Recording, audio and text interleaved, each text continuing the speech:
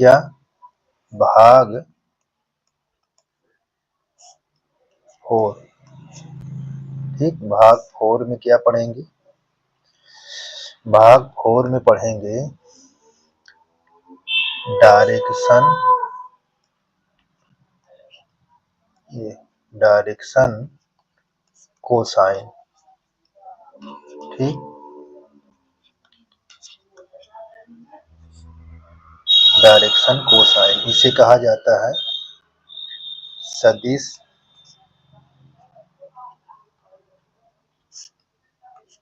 सदिश की दिक् कोसाइन।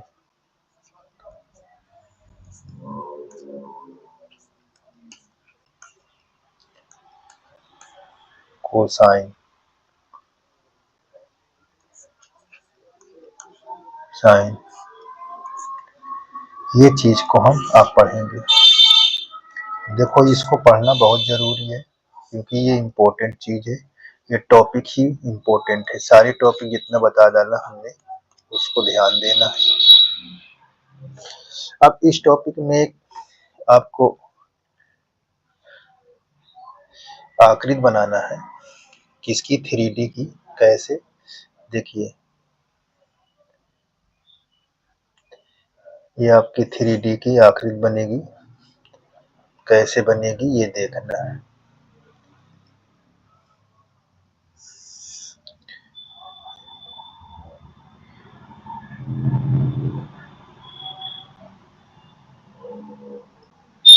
यहाँ हमारा क्या होगा? ओरिजिन बिंदु होगा। ये हमारा x होगा, ठीक, और ये हमारा z होगा, और ये नीचे हमारा ये y होगा। और यहाँ से हम ये खींच लेते हैं स्थित सदिश। इसको हम किससे डिनोट कराएंगे? P से। तो ये हमारा क्या हो जाएगा? स्थित सदिश का निर्देशांक। तो देखो, ये स्थित सदिश का संकेत है P से। अब हम इसको यहाँ से इस पर लंब डालेंगे, जैसे ये ऐसे लंब डालेंगे।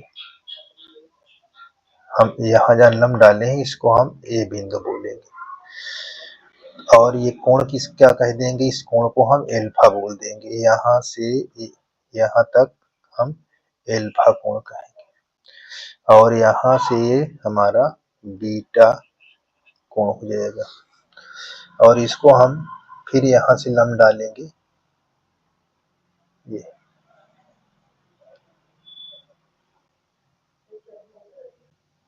ये पर लंब डालेंगे। तो ये हमारा, ठीक, यहाँ हमारा क्या हो जाएगा? थोड़ा सी ये आखिरी डिस्टर्ब समझ में आ रही है, इसको हम थोड़ा से और झुका के अंदर से खींचेंगे, ये ऐसे। ठीक, अब यहाँ से ये लंब डालेंगे ऐसे।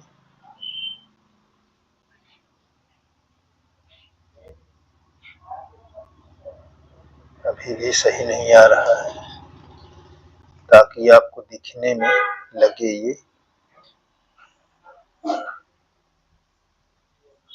ये ऐसे। यहाँ पास से हम ये चीज, अब ये हमारा, ठीक है, ये हम 90, और एक हमारे पास यहाँ से मिला देंगे। ये क्या कहलाएगा? ये हमारा B बिंदु कहलाएगा। इसको हम काट कर यहाँ लिख देते हैं, ये Y। ठीक, और यहाँ से हम इस पर ये मिलाते हैं, इस पॉइंट को P पर ऐसे। और जो A एंगल हमारा यहाँ पास ये C हो जाएगा, ये हमारा 90 हो जाएगा। और ये एंगल हमारा यहाँ से यहाँ तक गामा हो जाएगा। ठीक ना? ध्यान देना, आपका ये 3D बन रहा है, और इसमें क्या निकालना है? हमने ये दिखाया आपको यहाँ पास ये चीज है, ठीक है ना? अब इसमें हम कुछ लिखते हैं थोड़ा से, तब फिर उसके बाद बताते हैं। देखिए क्या लिखना है। यहाँ सदिश, ये हमारी सदिश है, ये ओपी, ठीक है। इसको हम किससे डिनोट कराएंगे? आर वेक्टर से। किससे? आर वेक्टर से।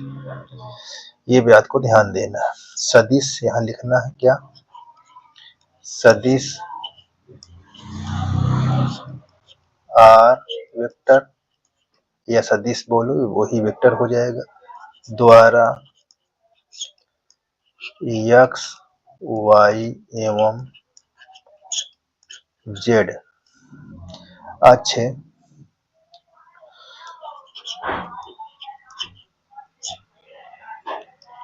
की धनात्मक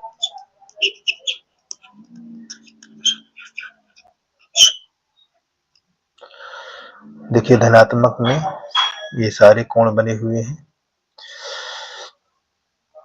तो अक्ष की धनात्मक, ठीक, ये चीज को ध्यान देना है। धनात्मक दिशाओं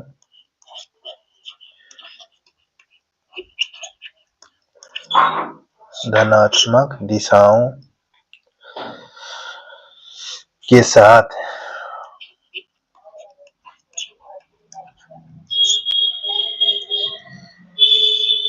बनाए गए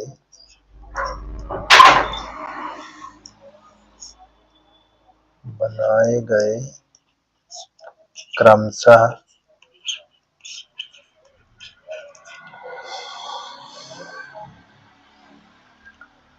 एल्फा, बनाए गए क्रमशः एल्फा, बीटा और गामा कोण को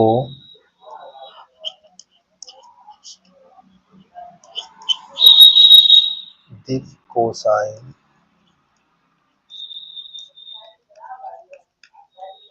कहते हैं, ठीक, कहते हैं। अब यहाँ पास हम थोड़ा से और क्या प्रयास करते हैं, कुछ नया इसमें देखो हमको क्या मिलता है। यहाँ अब यहाँ हम देखो एल्फा कास एल्फा निकालते हैं, ये कास एल्फा का मतलब क्या होता है? आधार बटा कण होता है। एल्फा के सामने वाली भुजा ये 90 अंश है, तो ये 90 अंश के सामने वाली जो भुजा होगी ये कोण, ये एल्फा सामने वाला जो भुजा है ये 90 अंश पर है, 90 अंश के सामने वाली भुजा कण होती है, ठीक है ना। तो हमको ये लंब हो गया, तो ये हमारा यहाँ से यहाँ तक आधार हो जाएगा, ये कण हो जाएगा। तो कास का मतलब ही क्या होता है? आधार बटा कण। क्या होता है? आधार बटा कण। तो हमको आधार क्या दिया हुआ है? वो ए, कण का दिया है आर, आर वेक्टर, ठीक है। आर वेक्टर कहो या आर ही कह दो, ठीक है ना, यहाँ पास आर ही है, ठीक है ना, कोई दिक्कत नहीं है। अब इसको हम क्या लिख सकते हैं? ओ ए को हम एक्स डिनोट करेंगे, और ये हमारा आर है, एक्स बराबर हम क्या लिखेंगे?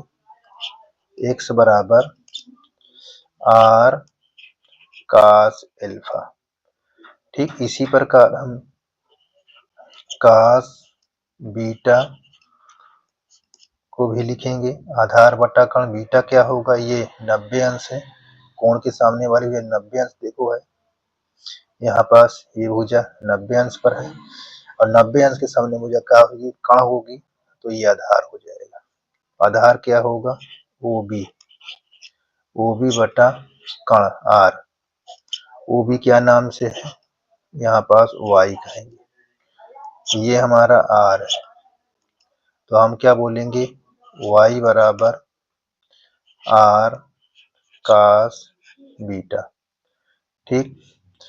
और इसी प्रकार कास गामा, ये हमारा क्या है? देखिए इसके सामने वाली भुजा ये लंब होगी, और 90 अंश के सामने वाली भुजा कण होगी, ये आधार हो जाएगा कास के लिए। तो क्या होगा? ओ सी आधार और कण हमारा आर होगा। ठीक, उसी क्या है जेड बटा आर, यहाँ जेड बराबर आर कास गामा। अब ये क्या कहलाएगा, तो ध्यान देना है यहाँ पास ये हम लिखेंगे कि कास एल्फा कास बीटा और कास गामा सदिश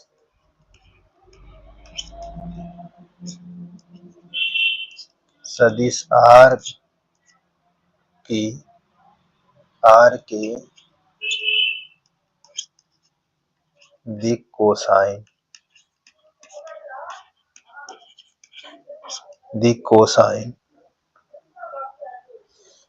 ठीक, दिक् कोसाइन कहलाता है, आर वेक्टर के दिक् कोसाइन ये कहलाता है। ये भी आपको ध्यान देना है। और एक बात इस पर ध्यान देना है, कास एल्फा एल के बराबर होता है, कास बीटा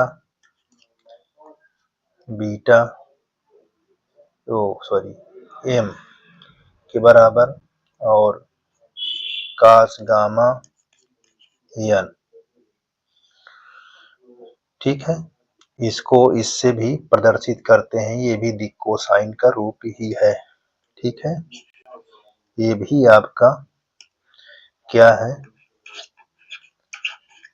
दिक् कोसाइन। ठीक, ये चीज को ध्यान देना। अब यहाँ पास थोड़ी बात को ध्यान देना है हमारी, हमने आपको यहाँ पर दिखा देते हैं। देखिए, अब ये हमारा जो P लिखा हुआ है, इस पर हम क्या बता सकते हैं, ये हमारा x होगा। देखिए x के सामने ये है और ये वाली भुजा हमारी y यहाँ होगी और ये ऊंचाई z होगी। ये होगा सदिश का निर्देशांक, स्थित सदिश का निर्देशांक। तो स्थित सदिश का निर्देशांक लिख देते हैं, या स्थित या स्थिति, ये सदिश का निर्देशांक। ठीक, निर्देशांक बोलेंगे। अच्छा, इसको और क्या हम डिनोट कर सकते हैं, जैसे हमने अभी लिखा था कि कास एल्फा एक्स बाई आर, तो हम इसके प्लेस पर क्या लिखेंगे, एल, यहाँ एक्स अपान आर। तो एक्स बराबर हम यहाँ क्या लिख सकते हैं, एल आर। ध्यान देना, cos beta Y upon R, इसको हम एम, यहाँ वाई अपान आर, तो वाई बराबर हम यहाँ एम आर बोल सकते हैं। और यहाँ कास गामा बराबर जेड बाई आर, तो यहाँ एन बराबर जेड बाई आर, इसको जेड बराबर क्या बोल सकते हैं, एन आर। तो ये हमारा क्या होगा, ये भी हमारा क्या बोल सकते हैं, स्थिति सदिश का निर्देशांक। इसको भी हम P क्या है, स्थित सदिश, तो हम इसको भी डिनोट कर सकते हैं किससे, एल आर कामा एम आर कामा एन आर। ये भी हमारा क्या होगा, स्थित सदिश का निर्देशांक। ठीक, ये बात को यहाँ तक क्लियर रखना है। P के निर्देशांक, ठीक है ना। तो अब हम आगे क्या देखेंगे, आगे अब बहुत इंपॉर्टेंट रोल आएगा, आप ध्यान देना है उसको। देखिए हम यहाँ पास ये बोल सकते हैं इसको और इनको क्या करेंगे, वर्ग करने पर, वर्ग करने पर जब वर्ग करोगे तो हमारा क्या होगा, एक्स स्क्वायर, यहाँ एल स्क्वायर आर स्क्वायर। बात को ध्यान देना है, ठीक है ना, बहुत इंपॉर्टेंट है। अब नेक्स्ट में क्या होगा, वाई स्क्वायर और एम स्क्वायर, दोनों पक्षों में वर्ग किया जा रहा है। और यहाँ जेड स्क्वायर बराबर एन स्क्वायर आर स्क्वायर। हम इसको एक, ये हमारा 2 और ये हमारा 3, हम क्या करेंगे, इन सबको जोड़ लेंगे। जब जोड़ लेंगे तो हमारा क्या होगा, जोड़ने पर देखिए, जोड़ने पर X square Y square Z square, यहाँ हम जोड़ेंगे इन सबको तो हमारा एल स्क्वायर आर स्क्वायर, ये हमारा क्या होगा, एम स्क्वायर आर स्क्वायर, ये हमारा एन स्क्वायर आर स्क्वायर। ध्यान देना है, हमने अभी इसको पिछली वीडियो में पढ़ा है कि इसके बराबर क्या होता है, ये आर स्क्वायर बराबर X square Y square Z square, ठीक, इसके बराबर हमारा स्थित सदिश ये होता है। हमने ये बताया R vector modulus under root ये X square Y square Z square, ये हमने बताया था पिछली वीडियो में। तो देखो यहाँ पास इन सब के स्थान पर, इसके स्थान पर हम इसको रख देंगे, तब हमारा क्या होगा, ये हमारा हो जाएगा आर स्क्वायर और यहाँ हम आर स्क्वायर कॉमन ले लेंगे तो हमारा एल स्क्वायर एम स्क्वायर और एन स्क्वायर, इससे हमारा ये कट जाएगा, ठीक, यहाँ एक बच जाएगा। तो L square M square N square बराबर 1, ठीक, इस प्रकार हमको एक इक्वेशन प्राप्त होगी इस तरह की, ठीक। तब हम इसको क्या शो करा सकते हैं, देखिए एक चीज और हम यहाँ पास ये भी बता सकते हैं, एल बराबर यक्स अपान plus minus under root x square Y square Z square, l ज्ञात करने के। एल हमारा क्या है, दी कोसाइन है। ए हम ज्ञात करना है तो यहाँ पास plus minus y under root, यहाँ भी x square Y square Z square. अगर एन ज्ञात करना हो तो हमारे पास plus minus z under root x square Y square plus z square. ये चीज को ध्यान देना है, ये बहुत ही इम्पोर्टेंट है आपको, ठीक है ना, इसलिए इसको बताया जा रहा है, ये चीज को आपको ध्यान रखना है, ठीक। तो इस वीडियो में यहाँ तक के लिए, आपको फिर आगे नेक्स्ट वीडियो में बताया जाएगा, ठीक है, धन्यवाद।